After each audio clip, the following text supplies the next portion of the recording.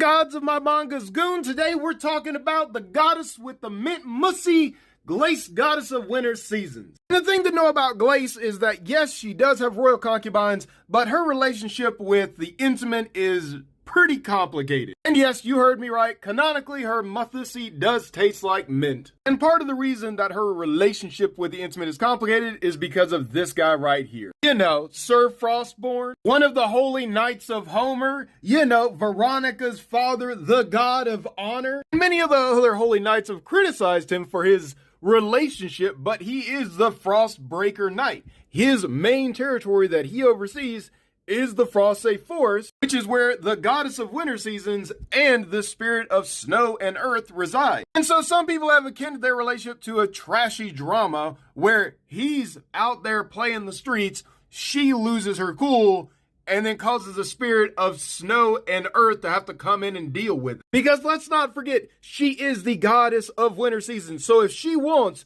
all of this white area, she can expand if she gets pissed enough. Glace can cause a lot of issues for millions upon millions of people. Farmers, their crops can die if she chooses to bring winter down early. So while some people say, yeah, strategically, it makes sense to have somebody who can be intimate with the goddess and have that kind of relationship to influence her decision making. But the opposite side is, since somebody, not gonna mention any names, can't keep it in their pants, it potentially has a lot more downsides to it. But besides her trashy wannabe boyfriend, does she have other concubines? Unlike some of the other gods that we've seen on the list, such as Desolation and Cypher, that have basically on-call concubines, Glace does not have that. Instead, she has what's known as a pleasure budget.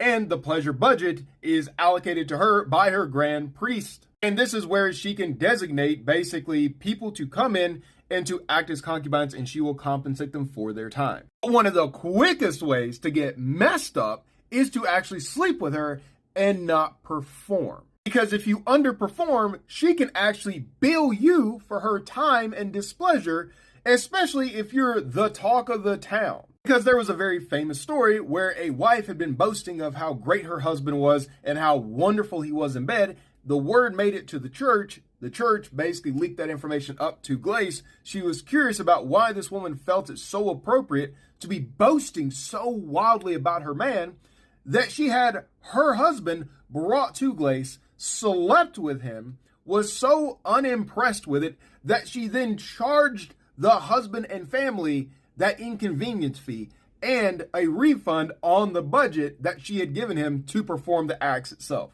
But now, what about Ezeron, the spirit of snow and earth? Well, the thing is, Ezeron is asexual.